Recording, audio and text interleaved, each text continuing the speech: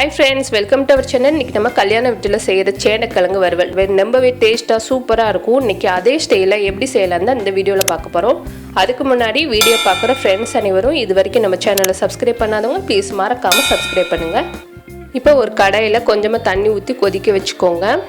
இது கூட ஒரு 1/4 கிலோ அளவுக்கு சேனக்கிழங்க கியூப் ஷேப்ல கட் பண்ணி வச்சிருக்கேன். இத நல்லா வாஷ் பண்ணி தனியா எடுத்து வெச்சுக்கோங்க.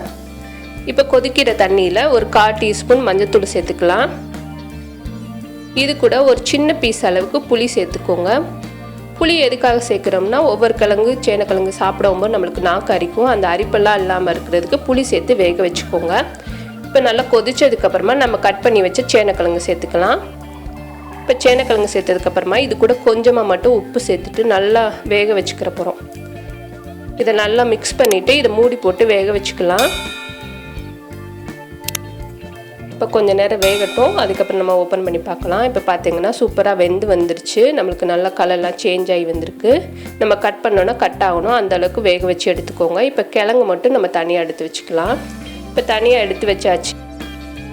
ஒரு கடாயில் கொஞ்சமாக ஆயில் சேர்த்து நல்லா ஹீட் பண்ணி வச்சுருக்கேன். கொஞ்சம் மட்டும் ஆயில் சேர்த்துக்கோங்க. இப்போ நம்ம வேக வச்ச கிழங்க இந்த மாதிரி கரண்டியில் சேர்த்துக்கோங்க. கிழங்குல கொஞ்சம் ஈரப்பதம் இருக்கும். நம்ம எண்ணெயில் போடும்போது நம்ம கையில் ஆயிலெலாம் தெரிக்கும். அப்படிலாம் இல்லாமல் இருக்கிறதுக்கு இந்த மாதிரி கரண்டியில் சேர்த்துக்கோங்க. இப்போ நல்லா கலர் சேஞ்ச் ஆகிற வரைக்கும் நம்ம பொரிச்சு எடுத்தாச்சு. இதே மாதிரி எல்லா கிழங்கையும் நம்ம பொரிச்சு எடுத்துக்கலாம். இப்போ எல்லா கிழங்கும் நம்ம பொரிச்சு எடுத்தாச்சு. அடுத்து ஒரு மசாலா ரெடி பண்ணலாம். இப்போ ஒரு மிக்ஸி ஜாரில் ஒரு 10 பீஸ் அளவுக்கு தேங்காய் பீஸ் சேர்த்துக்கோங்க. தேங்காய் வந்து கம்மியாகவே சேர்த்துக்கோங்க, அதிக அளவுக்கு தேவையில்லை. இது கூட 1 டீஸ்பூன் அளவுக்கு சோம்பு சேர்த்துக்கோங்க. ஒரு 5 பல் பூண்டு தோல் உரிச்சு வச்சுருக்கேன், அதையும் சேர்த்துக்கலாம். 1 டேபிள் ஸ்பூன் தனியாத்தூள் சேர்த்துக்கோங்க. காரத்துக்கு 1 டீஸ்பூன் அளவுக்கு தனி மிளகாத்தூள். உங்களுக்கு காரம் பார்த்து கூட குறைய சேர்த்துக்கலாம். இதுக்குள்ள கொஞ்சம் தண்ணி சேர்த்து நல்லா நைஸாக அரைச்சிக்கிற போகிறோம். இப்போ நல்லா நைஸாக அரைச்சி எடுத்தாச்சு. இதில் ஒரு 1/4 கப் மட்டும் தண்ணி சேர்த்து நல்லா மிக்ஸ் பண்ணி எடுத்து வச்சுக்கோங்க. இப்போ ஒரு கடாயில் நம்ம பொரிச்ச எண்ணெயிலே ஒரு 2 டேபிள் ஸ்பூன் சேர்த்துருக்கேன். நல்லா சூடானதுக்கப்புறமா இது கூட 1/4 டீஸ்பூன் சோம்பு சேர்த்துக்கோங்க. சோம்பு சேர்த்துட்டு நல்லா பொரிஞ்சதுக்கப்புறமா நம்ம பொரிச்சு வச்ச கிழங்கு சேர்த்துக்கலாம். பொரிச்சு வச்ச கிழங்கு சேர்த்துட்டு அடுத்து நம்ம அரைச்சி வச்ச தேங்காய் பேஸ்ட்டு அந்த தண்ணியோடையே சேர்த்து நம்ம அரைச்சி வச்ச தேங்காய் பேஸ்ட்டு எல்லாத்தையும் சேர்த்துக்கோங்க. சேர்த்துட்டு நல்லா மிக்ஸ் பண்ணிக்கிற போகிறோம். இதுக்கு வந்து அதிக அளவுக்கு தண்ணி சேர்க்கணும்னு அவசியம் இல்லை. கொஞ்சமாக தண்ணி சேர்த்தாலே போதும். அப்போ தான் நம்மளுக்கு அந்த மசாலாலாம் கிழங்கோட நல்லா ஒட்டி ட்ரையாக வரும். இப்போ நல்லா மிக்ஸ் பண்ணதுக்கப்புறமா இது கூட கொஞ்சமாக மட்டும் உப்பு சேர்த்துக்கோங்க. நான் ஏற்கனவே நம்ம வேக வைக்கும்போது உப்பு சேர்த்துருந்தோம். இப்போ பத்தாததுக்கு கொஞ்சம் உப்பு சேர்த்துட்டு நல்லா மிக்ஸ் பண்ணிவிட்டு மூடி வச்சுருங்க. நல்லா அந்த தண்ணிலாம் அந்த கிழங்கோட நல்லா மிக்ஸ் ஆகி ட்ரையாக வரணும், அந்த அளவுக்கு மூடி வேக வச்சுக்கலாம். இப்போ பார்த்திங்கன்னா நம்மளோட கிழங்கு வந்து அந்த தண்ணியெலாம் நல்லா ட்ரை ஆகி வந்துருச்சு.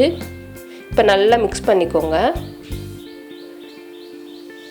நல்லா கலந்ததுக்கப்புறமா இது கூட ஒரு 1/2 டீஸ்பூன் கரம் மசாலா தூள் சேர்த்துக்கலாம். சேர்த்துட்டு நல்லா மிக்ஸ் பண்ணிவிட்டு அந்த கலர் வந்து நல்லா டார்க் ப்ரௌன் வரணும், அந்த அளவுக்கு நம்ம வேக வச்சுக்கிற போகிறோம். அப்பப்போ கலந்து விட்டுக்கிட்டே இருந்திங்கன்னா நல்ல கலர் சேஞ்ச் ஆகி வரும். இப்போ பார்த்திங்கன்னா நல்ல கலர் சேஞ்ச் ஆகிருக்கு. அந்த மசாலாலாம் அந்த கிழங்கோட நல்லா மிக்ஸ் ஆகி தனித்தனியாக வந்திருக்கு. இந்த அளவுக்கு வதக்கிக்கோங்க. அப்போ தான் நம்மளுக்கு சாப்பிடும்போது டேஸ்ட்டு சூப்பராக இருக்கும். இப்போ நல்லா கலந்ததுக்கப்புறமா இது கூட ஒரு 10 பீஸ் அளவுக்கு கருவேப்பிலை சேர்த்துக்கோங்க. கருவேப்பிலை சேர்த்துட்டு இதில் கொஞ்சம் மட்டும் இன்னும் கொஞ்சம் ஆயில் சேர்த்துக்கிற போகிறோம். நம்ம ஆயில் சேர்த்து இந்த மாதிரி அடுப்பை சிம்மில் வச்சு நல்லா கலந்து விட்டுட்டு இருந்திங்கன்னா எந்த அளவுக்கு வதக்குறோமோ அந்த அளவுக்கு கிழங்கோட டேஸ்ட் வந்து சூப்பராக இருக்கும். இப்போ 1 டேபிள் ஸ்பூன் ஆயில் சேர்த்துட்டு நல்லா மிக்ஸ் பண்ணிவிட்டு இன்னும் கொஞ்சம் நேரம் வறுத்துக்கிற போகிறோம். இப்போ நம்மளோட கல்யாண வீட்டு சேனக்கிழங்கு வறுவல் ரெடி ஆயிடுச்சு. இதை எடுத்து வேறு தட்டில் மாற்றிக்கலாம். சூப்பரான கல்யாண வீட்டு சேனக்கிழங்கு ரெடி ஆயிடுச்சு. இதை செஞ்சு பாருங்கள், டேஸ்ட்டு சூப்பராக இருக்கும். இந்த வீடியோ உங்களுக்கு பிடிச்சிருந்துச்சுன்னா ப்ளீஸ் மறக்காமல் நம்மளோட சேனலுக்கு சப்ஸ்கிரைப் பண்ணுங்கள். தேங்க்யூ.